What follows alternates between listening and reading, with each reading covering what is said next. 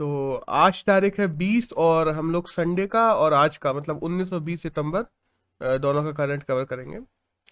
तो पहली तो एक संडे के द हिंदू में न्यूज आई है साहित्य अकेडमी अवार्ड को लेके कि 8 लोग हैं जिन्हें इस साल का साहित्य अकेडमी अवार्ड दिया गया है।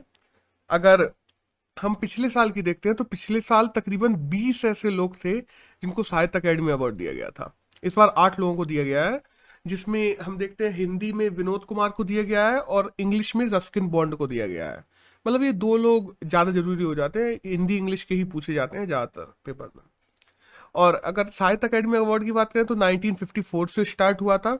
इसमें एक अवार्ड दिया जाता है और 1 लाख रुपए का एक चेक दिया जाता है। और ये 24 अलग अलग लैंग्वेज में दिया जाता है। अब ये 24 लैंग्वेज कौन कौन सी है? 8 तो जो अनुसूची 8 में हमारी 22 लैंग्वेज है, 22 लैंग्वेज तो वो हो गई, और दो, एक हिंदी और एक इंग्लिश हो गई। ऐसे टोटल 24 लैंग्वेजेस में ये अवार्ड दिया जाता है। और एक छोटी सी न्यूज और है नेक्स्ट के, हर जगह पेपर में अपन ने सुना होगा कि सोनू सूद जो अपनी फाउंडेशन जानते हैं, सोनू सूद चैरिटेबल फाउंडेशन, उस पे 20 लाख का जो टैक्स इन्वेजन है उसका चार्ज लग गया है। उनका कहना यह है कि इन्होंने बहुत सारे जो टैक्स देना था 20 लाख, 20 करोड़ का, सॉरी 20 लाख बोल गया मैं, 20 करोड़ के टैक्स इन्वेजन का चार्ज लगाया उसमें, कि जो टैक्स देना था उनमें इन्होंने 20 करोड़ के टैक्स की चोरी की है। अब बहुत सी जगह पता ये उड़ा दिया गया कि 20 करोड़ रुपए की चोरी की है, या 20 करोड़ नहीं, 20 करोड़ रुपए वाली बात नहीं है कि उन्हें मिले कहीं से। काफी जगह न्यूज में ये चला, मैंने देखा कल, क्योंकि जिन्हें सही से नहीं पता है, उन्होंने ये लिखा कि इनको 23-24 करोड़ रुपए मिले हैं, उसमें से इन्होंने 4-5 करोड़ यूज किए हैं और 20 करोड़ रुपए पूरे के पूरे खा गए, उसको दिया नहीं। नहीं, ऐसा नहीं है। 20 करोड़ केवल टैक्स था, और वो टैक्स सोचो 20 करोड़ तो रुपए कितने होंगे। तो 20 करोड़ टैक्स इन्वेजन का चार्ज लगा है सोनू सूद की फाउंडेशन पर। तो दैट्स ऑल। एक तो ये न्यूज थी। एक नेक्स्ट न्यूज है डेंगू को लेके, कि जो स्टीरियोटाइप 2 डेंगू है वो आजकल भारत में बहुत फैल रहा है, और सरकार के लिए धीरे धीरे चैलेंज बनता जा रहा है। क्योंकि हमारे हेल्थ सेक्रेटरी हैं जो राजीव गुहा, उन्होंने भी कल ये कहा कि 11 राज्य ऐसे हैं जिनमें डेंगू फैल रहा है। और बहुत से ऐसी जगह है, एक यूपी का एक गांव था, मैंने कल स्टोरी देखी थी, वहां पे 4 लोगों को डेंगू निकला, लोगों ने पूरा गांव ही खाली कर दिया। तो डेंगू इतना खतरनाक होता जा रहा है।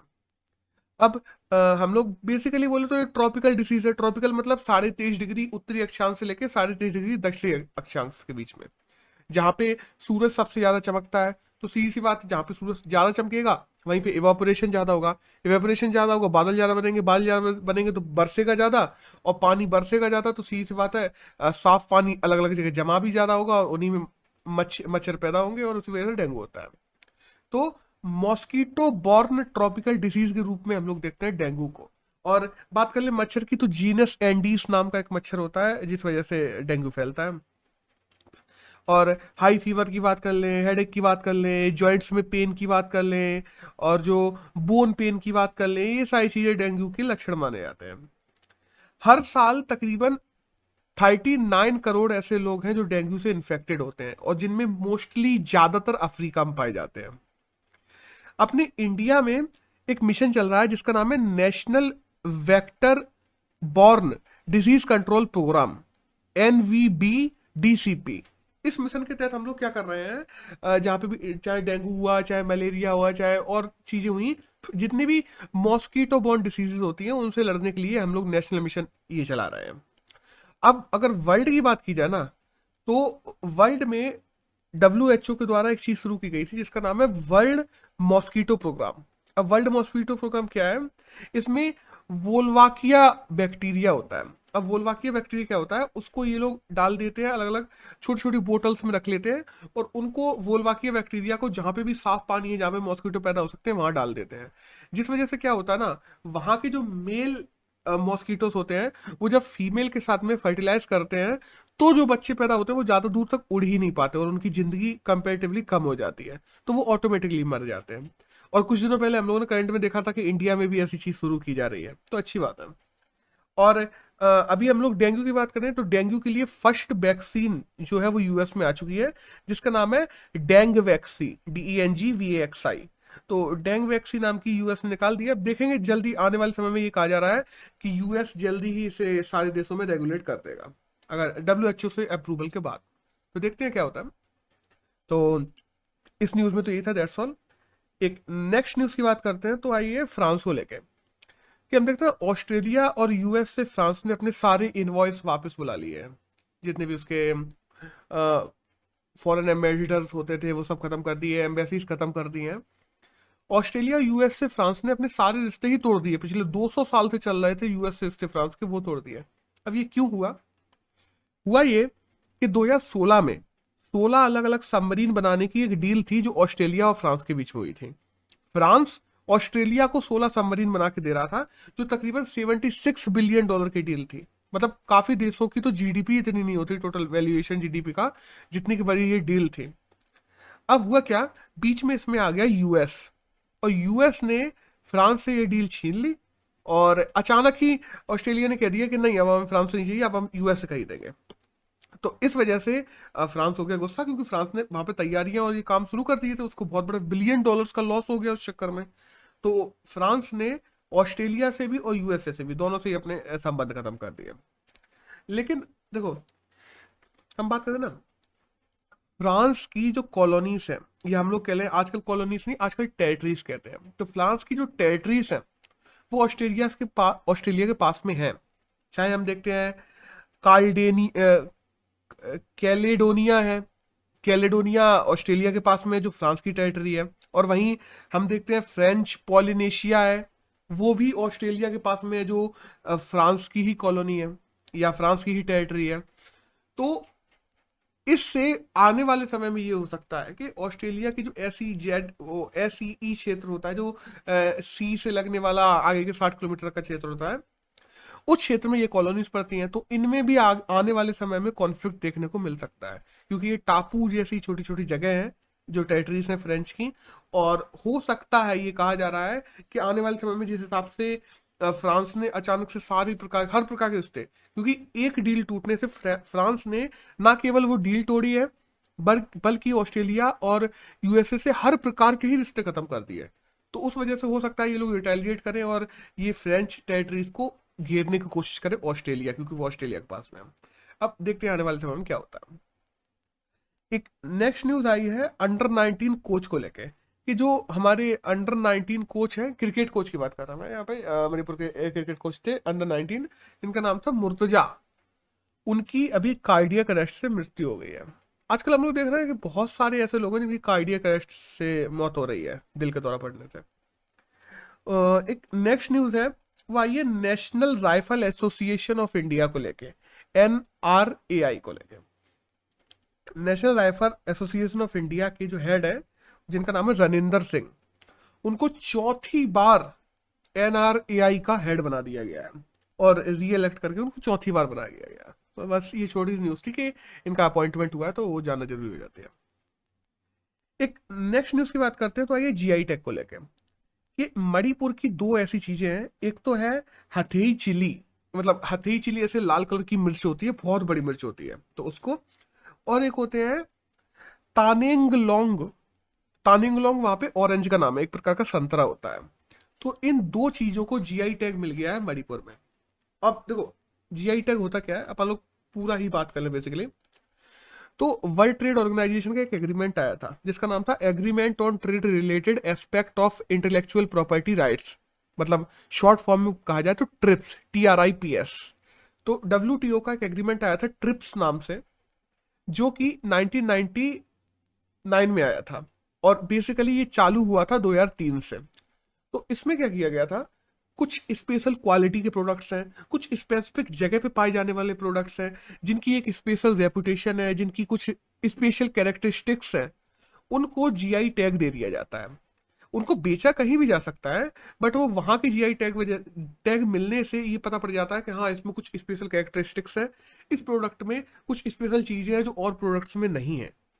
तो इस वजह से वहां की उस चीज की मांग भी बढ़ जाती है और वहां का व्यापार भी बढ़ जाता है GI टैग मिलने से। तो हम बेसिकली बात करें तो 2004 में दार्जिलिंग टी थी जो इंडिया की फर्स्ट GI टैग मिला था जिसे। और अभी हम लोगों ने अभी बात करी ली कि मणिपुर की दो चीजों को और मिल गया है। और अगर हम लोग मणिपुर की थोड़ी बात करें तो CM बीरेन सिंह है, गवर्नर कुछ दिनों पहले हमने डिस्कस की थी कि L गणेशन है जो गवर्नर नए बन गए हैं। 49 में मणिपुर बना था, 16 डिस्ट्रिक्ट है और 7 तो विधानसभा की सीट है, एक राज्यसभा की सीट है और 2 लोकसभा की सीट है। That's all। एक नेक्स्ट न्यूज की बात करते हैं। तो एक छोटी सी न्यूज आई है, दिल्ली में मोबाइल म्यूजिक बसेस को लेके कि स्कूल्स के लिए शुरू की गई है मोबाइल म्यूजिक बसेस। होंगे क्या ना, बच्चों में अवेयरनेस बढ़ाने के लिए, लोगों में अवेयरनेस बढ़ाने के लिए कि हाँ म्यूजिक भी एक अच्छा करिकुलम हो सकता है बच्चों के लिए। म्यूजिक भी एक ऐसी चीज हो सकती है जिससे बच्चे आगे जाके एक बहुत अच्छा करियर बना सकते हैं। वो अवेयरनेस दिल्ली में बढ़ाने के लिए वहां पे मोबाइल म्यूजिक बसेस शुरू की जा रही हैं दिल्ली में। तो दैट्स ऑल, बस एक छोटी चीज जानना है। एक आज के द हिंदू में आई है कि पंजाब के नए सीएम के रूप में चरणजीत सिंह है, जिनको सीएम बना दिया गया है पंजाब में। और हम जानते हैं अमरिंदर सिंह से इस्तीफा ले लिया गया था अभी कल। तो अभी वहां पे चरणजीत सिंह है जो नए सीएम बन गए हैं। और चरणजीत सिंह को क्यों बनाया गया है, क्योंकि हम ये देखते हैं ना, देखो वहां पे एससी जो पॉपुलेशन है, शेड्यूल कास्ट पॉपुलेशन, वो तकरीबन 31.9% है। तो उस पॉपुलेशन को खुश करने के लिए चरणजीत को कहा जा रहा है कि वहां पे सीएम बना दिया गया है पंजाब। और कुछ दिनों पहले अभी सिद्धू का भी नाम उठ रहा था कि सिद्धू बनने वाले हैं, फिर वो नहीं बने, जो भी हुआ। एक नेक्स्ट न्यूज आई है, एनसीआरबी का डाटा आया है, नेशनल क्राइम रिकॉर्ड ब्यूरो का, कि जो तकरीबन तकरीबन 1.2 लाख लोग हैं जिनकी इस साल जान गई है किसमें, रोड एक्सीडेंट में।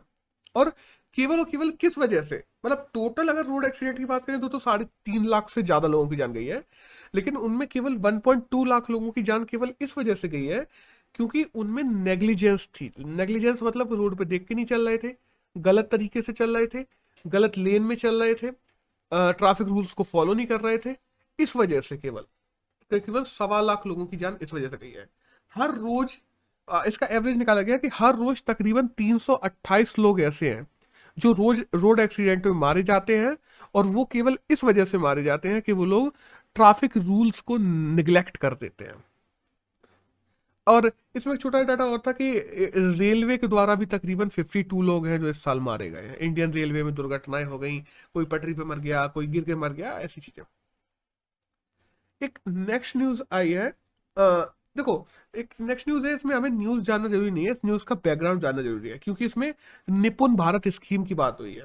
अब निपुण भारत स्कीम क्या है तो उसके बारे में हमें जानना जरूरी रहता है कि national initiative for proficiency in reading with understanding the numeracy. तो ये फुल फॉर्म है निपुण का। अब निपुण भारत स्कीम क्या है, बेसिकली 3 से 9 साल के बच्चे हैं उनमें न्यूमरेसी को बढ़ाना, उनमें सांख्यिकीता को बढ़ाना, और उन लोगों को ये सिखाना, जैसे पहाड़े हो गई, जोड़ घटाना भाग, ये सब चीजें हो गया। तो 3 से 9 साल के बच्चे हैं उनमें अर्थमेटिक वैल्यूज और इन सब चीजों को सिखाना, उनकी न्यूमरेसी को बढ़ाना, इसके लिए निपुण स्कीम शुरू की गई थी। अब बेसिकली लिटरेसी को बढ़ाने के लिए शुरू की गई थी अगर कहा जाए तो। लेकिन इस स्कीम में प्रॉब्लम अभी क्या आ गई है न्यूज में जो है, कि ये स्कीम केवल और केवल हिंदी भाषी लोगों को टारगेट करती है। और हम जानते हैं कि हमारे देश में तकरीबन 43.63% लोग हैं जो हिंदी भाषी हैं। लेकिन और भी बहुत सारी लैंग्वेजेस हैं जो हमारे देश में एग्जिस्ट करती हैं, उन मतलब आधे भी नहीं है हिंदी भाषी, और केवल उनको ही टारगेट करती है। बेसिकली मेजोरिटी हो सकते हैं, मान सक रहा मैं, लेकिन हमें हमें हर समाज के हर तबके को देख के कोई भी स्कीम बनानी चाहिए जब भी सरकार बनाती है तो। और इस स्कीम में प्रॉब्लम यही आई है कि सरकार ने ये स्कीम हर किसी को देख के नहीं बनाई है। तो इसी को लेके बहुत सारे साउथ के ऐसे राज्य हैं जिन्होंने इस पे ऑब्जेक्शन उठाया है, क्योंकि इन लोगों ने क्या किया ना, जो निपुण स्कीम है उसको जो नेशनल एजुकेशन पॉलिसी है, एनईपी, नेशनल एजुकेशन पॉलिसी और निपुण स्कीम दोनों को आपस में जोड़ दिया है। तो अब नेशनल एजुकेशन पॉलिसी पूरे देश में लागू होनी है, हर राज्य में, जहां जहां वो लागू होगी वहां वहां निपुण स्कीम ऑटोमेटिकली लागू हो जाएगी, और वो केवल हिंदी पे जोर देती है। प्रॉब्लम ये है। तो इन सब के ऊपर भी बहुत सारे मुद्दे उठ रहे हैं, देखते हैं आने वाले समय में क्या होता है। बाय द वे, इसमें एक स्कीम की और बात की गई है जिसका नाम है निष्ठा स्कीम, NISHTHA। इसका फुल फॉर्म है national initiative for school head and teacher holistic advancement. Basically ये स्कीम इसीलिए शुरू की गई थी कि बच्चे और टीचर हैं उनके बीच में कोऑर्डिनेशन को बढ़ाना, और बच्चे जो टीचर समझ ही नहीं पाते हैं कि बच्चों की नीड्स क्या है, बच्चों को चाहिए क्या है, उनके बीच में कोऑर्डिनेशन को बढ़ाना, टीचर्स को ट्रेन करना जिससे वो बच्चों को और अच्छे से समझ सके। इस इसके लिए एक निष्ठा स्कीम भी शुरू की गई थी।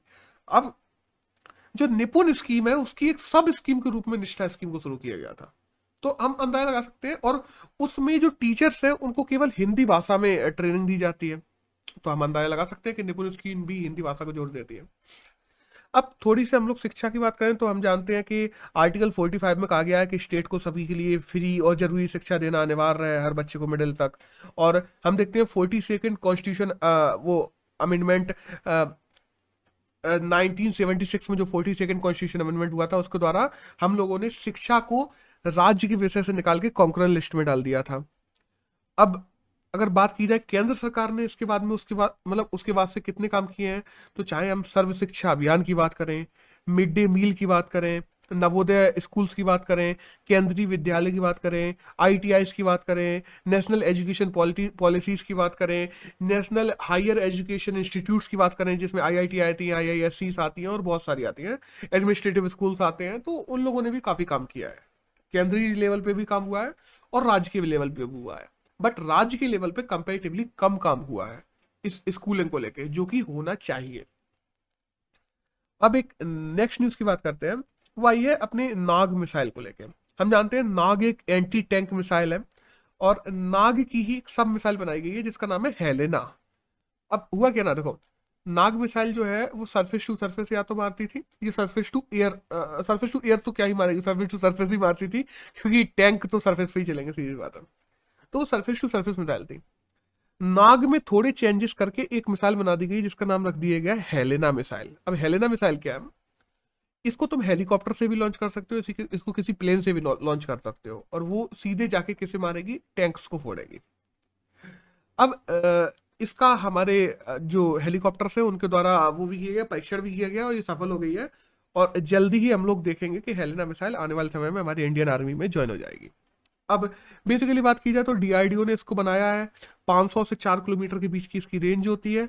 और अगर हम देख लें तो जो स्कीम शुरू की गई थी एपीजे अब्दुल कलाम के साथ, अब्दुल कलाम जी ने जो शुरू की थी उसमें हम लोगों ने पहले भी बात की थी कि 5 ऐसी अलग अलग प्रकार की मिसाइल्स हैं जिनको बनाने का आरंभ ही एपीजे अब्दुल कलाम ने किया था। देखो हुआ क्या था ना, बेसिकली एपीजे अब्दुल कलाम के द्वारा एक स्कीम लाई गई थी, जिस स्कीम का नाम था integrated guided missile development programme, जिसका नाम है आईजीएमडीपी। तो आईजीएमडीपी प्रोग्राम क्या है, इसको 1983 में अब्दुल कलाम ने शुरू किया था। इसमें 5 प्रकार की मिसाइलें हैं जो बनाई जाती हैं। PATNA शॉर्ट फॉर्म में पटना से याद रख सकते हैं अपन लोग। P से है पृथ्वी जो सरफेस टू सरफेस मिसाइल है। A से है अग्नि जो बैलिस्टिक मिसाइल है। T से है त्रिशूल, त्रिशूल है जो सरफेस टू एयर मिसाइल है कि सरफेस से एयर में मारेगी। N से है नाग, नाग एक एंटी टैंक मिसाइल है। और A से है आकाश, आकाश एक medium range surface to air missile है। तो ये 5 प्रकार की मिसाइलें हैं जो integrated guided missile development programme IGMDP के द्वारा हम लोगों ने बनाई थी। और इसी में नाग मिसाइल से एक नाग मिसाइल की एक नया प्रोटोटाइप बनाया गया है, उसको थोड़ा एडवांस किया गया है जिसका नाम हेलेना रख दिया गया है। तो दैट्स ऑल, बस यही हमें जानना जरूरी था। एक नेक्स्ट न्यूज की बात करते हैं, तो एक आई न्यूज सांख्य लिपि को लेकर। देखो कुमार गुप्त जो कि गुप्त साम्राज्य के हम देखते हैं राजा हुए थे, जिन्होंने तकरीबन 40 साल तक राज्य भी किया था 5th सेंचुरी में। तो उस समय सांख्य लिपि चलती थी। सांख्य लिपि क्या होती थी, ब्रह्मी लिपि है, ब्रह्मी लिपि में से निकल के सांख्य लिपि बनी थी। ब्रह्मी और खरोष्टी 2 लिपियों को मिलकर सांख्य लिपि बनती है। तो जो सांख्य लिपि थी उसके कुछ स्क्रिप्चर्स मिले हैं अभी इस समय, जो कि दशावतार टेम्पल जो हम देखते हैं देवगढ़ यूपी में है, और भीतरगांव टेम्पल जो हम देखते हैं कानपुर में है यूपी में। इन दोनों में सांख्य लिपि के कुछ नए साक्ष्य मिले हैं जो कि कुमार गुप्त के समय पे। तो और उस समय हम ये भी जानते हैं कि यूनिवर्सिटी ऑफ जो वॉशिंगटन की जो रिचर्ड सैलमॉन थे, तो रिचर्ड सैलमॉन जो कि यूनिवर्सिटी ऑफ वॉशिंगटन के थे, उन्होंने ही इंडिया में सांख्य लिपि की खोज शुरू की थी। उन्होंने ही सांख्य लिपि इंडिया में पहली बार आके खोजी थी और सांख्य लिपि के नए नए वेरिएंट्स का पता लगाया था। तो फर्स्ट रिसर्चर अगर सांख्य लिपि की कहा जाए तो रिचर्ड सैलमॉन माने जाते हैं। और अभी कहाँ पे मिली है सांख्य लिपि के नए साक्ष्य, तो कुमार गुप्त के टाइम के मिले हैं, जो कि दशावतार टेम्पल मिले हैं देवगढ़ में और भीतरगांव टेम्पल में कानपुर में मिले हैं। एक नेक्स्ट न्यूज की बात करते हैं, तो आई है एक पहल कैंपेन बस को लेके, ठीक है ना, हमारी लॉ मिनिस्ट्री के द्वारा शुरू की गई है एक पहल कैंपेन, एक पहल कैंपेन। तो इसमें क्या होगा ना, एक बस में कुछ ब्यूरोक्रेट्स हैं और कुछ जो लॉ पढ़े हुए लोग हैं, मतलब लॉयर्स, उनको बिठा दिया जाएगा और वह बस जगह जगह पे जाएगी और लोगों को लॉ की सहायता उपलब्ध करवाएगी। अब लॉ की सहायता कैसी, देखो बहुत से लोग हैं जिनमें लॉ का अवेयरनेस नहीं है, जिन्हें समाज की चीज़ों का अवेयरनेस नहीं है, जिन्हें रूल्स एंड रेगुलेशंस नहीं पता है, उनको ये सब पता करवाएगी। उनके लिए मतलब एडवांस एडवांस लॉस क्या होते हैं, ऐसे लॉस, ऐसे अधिकार जो उनको मिले हुए हैं लॉ के द्वारा, बस उन्हें पता नहीं है, उनके बारे में अवेयरनेस फैलाएगी, दैट्स ऑल। तो एक पहल कैंपेन यही है।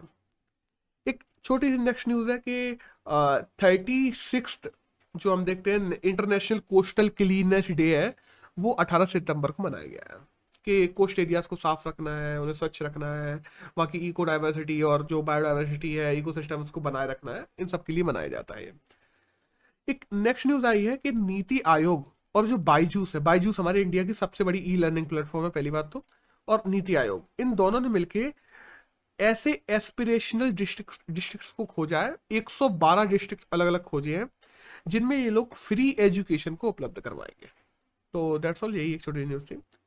एक नेक्स्ट न्यूज है अर्थ शॉट प्राइज को लेके। देखो, अर्थ शॉट प्राइज इस बार 2 इंडियन प्रोजेक्ट्स को दिया जा रहा है, ये है न्यूज। हम जान लेते हैं अर्थ शॉट प्राइज क्या है। देखो, ब्रिटेन के जो प्रिंस हैं विलियम, उनके 2020 में अर्थ शॉट प्राइज को शुरू किया गया था। अब इंडिया के 2 प्रोजेक्ट हैं, एक तो है आयरन कार्ट प्रोजेक्ट जो तमिलनाडु की एक 13 साल की लड़की ने बनाया है, जो एयर को क्लीन करने से रिलेटेड है, और दूसरा एक प्रोजेक्ट है जो कि है agriculture waste recycle concept development project, जो कि दिल्ली गवर्नमेंट ने चला रही है। इन 2 प्रोजेक्टों को इस साल का जो, और बाय द वे अगर हम बात करते हैं ना कि अर्थ शॉट प्राइज, तो ये दिया किसके द्वारा जाता है, ये रॉयल फाउंडेशन इंग्लैंड के द्वारा दिया जाता है, जो रॉयल फाउंडेशन इंग्लैंड है उसके द्वारा। तो इंडिया के इन दोनों प्रोजेक्ट को इस साल मिल रहा है। अब देखो, यहां से हमारी न्यूज खत्म होती है, यहां शुरू होता है एडिटोरियल। तो पहला जो एडिटोरियल आया है वो आया है हमारे वैक्सीनेशन को लेकर, कि रिसेंटली हम देखते हैं 17 अगस्त को हमारे मोदी जी का जन्मदिन था। उस दिन हम लोगों ने वैक्सीनेशन का रिकॉर्ड बना दिया कि एक दिन में 2.5 करोड़ से ज्यादा वैक्सीन लगी। बट इस डाटा में ना ज्यादातर वो स्टेट्स हैं जो बीजेपी गवर्न है, मतलब उन लोगों ने मोदी जी को ऐसे ग्रैंड बनाने के लिए या उस दिन को इतना ग्रैंड बनाने के लिए अपने यहाँ उससे पहले कुछ दिनों पहले वैक्सीन के डोजेस रोकना शुरू कर दिए थे कि उस दिन इकट्ठे लगाएंगे। अब प्रॉब्लम क्या ना, हम लोगों ने एक टारगेट और लिया हुआ है कि 31 दिसंबर तक हम लोग अपनी पूरी एडल्ट पॉपुलेशन को डबल डोजेस लगा देंगे, मतलब तकरीबन 94 करोड़ लोगों को। और अगर हमें ये लगाने हैं तो जिस स्पीड से अभी हम चल रहे हैं उस स्पीड से नहीं चल सकते, क्योंकि अभी हमारी स्पीड है तकरीबन तकरीबन 60 लाख डोजेस एवरेजली है जो हम लोग लगा रहे हैं हर महीने। और इस स्पीड से चलेंगे तो नहीं लगा सकते, क्योंकि आने वाले समय में हम ये भी देखते हैं, त्योहारों का महीना आने वाला है, लोग बाहर निकलेंगे, स्कूल्स खुल रहे हैं, यूनिवर्सिटीज खुल रही हैं, यूनिवर्सिटीज खुल गई हैं, बहुत सी ये खुलने वाली हैं। और ये भी देखते हैं कि थर्ड वेव का खतरा लगातार आईसीएमआर दे रही है, WHO भी दे रही है कि इंडिया में थर्ड वेव आ सकती है, तो इसका खतरा लगातार बना हुआ है। और वहीं हम देखते हैं जो भारत, अगर इन सब खतरों के बीच हमें वैक्सीनेशन को तेज करना जरूरी है, क्योंकि एवरेजली हम लोग पर डे केवल 60 लाख वैक्सीन ही लगा पा रहे हैं, उनको अपन को तेज करना पड़ेगा, वरना इस दिसंबर का टारगेट पूरा नहीं होने वाला। और अपन देखते हैं भारत बायोटेक। देखो, सबसे बड़ी अगर प्रॉब्लम आ रही है तो भारत बायोटेक की तरफ से ही आ रही है, कि जो सप्लाई साइड की प्रॉब्लम है वो भारत बायोटेक की तरफ से ही आ रही है। और ये लापरवाही नहीं होनी चाहिए कि एक दिन तो तुम 10 वैक्सीन भेज रहे हो, एक दिन 10 करोड़ भेज दे रहे हो, तो ऐसा नहीं होना चाहिए, वो लगातार बनी रहनी चाहिए। ताकि कहा जाए ना कि अभी भी 30,000 केसेस पर डे आ रहे हैं, केसेस कम नहीं हुए हैं इंडिया में, और एवरेजली मतलब 30,000 केसेस पर डे आ रहे हैं, और ये भरने में समय नहीं लगेगा अगर थर्ड वेव आ गई तो। और सप्लाई बढ़ाना जरूरी है अगर हम चाहते हैं कि केसेस बढ़े ना, क्योंकि केसेस के चांसेस बढ़ने के चांसेस हैं, तो केसेस हम चाहते हैं अगर ना बढ़े तो सप्लाई बढ़ाना जरूरी है लोगों को। केवल बीजेपी रूल्ड जो स्टेट्स हैं केवल उनमें सप्लाई ना मिले, और स्टेट्स भी हैं जो वैक्सीन मांग रही हैं उनको वैक्सीन मिलनी चाहिए, उनको वैक्सीन कम पहुंच रही हैं, बीजेपी रूल्ड स्टेट्स को वैक्सीन ज्यादा पहुंच रही हैं। हम देखते हैं कि हिमाचल जैसी स्टेट्स है जिनने ऑलमोस्ट 100% लोगों को फर्स्ट डोज लगा दिया है, और वहीं हम देखते हैं बंगाल जैसे स्टेट्स है वहां पे 40% लोगों को लगा हुआ है। तो इतनी असमानताएं, ये असमानताएं खत्म होनी चाहिए। सरकार को सब लोगों के बारे में सोचना चाहिए, केवल अपने स्टेट्स के बारे में नहीं, या एक पार्टी किसी विशेष से नहीं। तो दैट्स ऑल, यही सब लिखा था इस एडिटोरियल में। एक नेक्स्ट एडिटोरियल है जो कि आया है न्यूमेरेसी को लेकर। ये देखो, हमारी जो नेशनल एजुकेशन पॉलिसी है जो नई आई है, उसमें बच्चों की जो SEL कहते हैं हम लोग, सोशल और इमोशनल लर्निंग, इसको बढ़ाने की बात की जा रही है।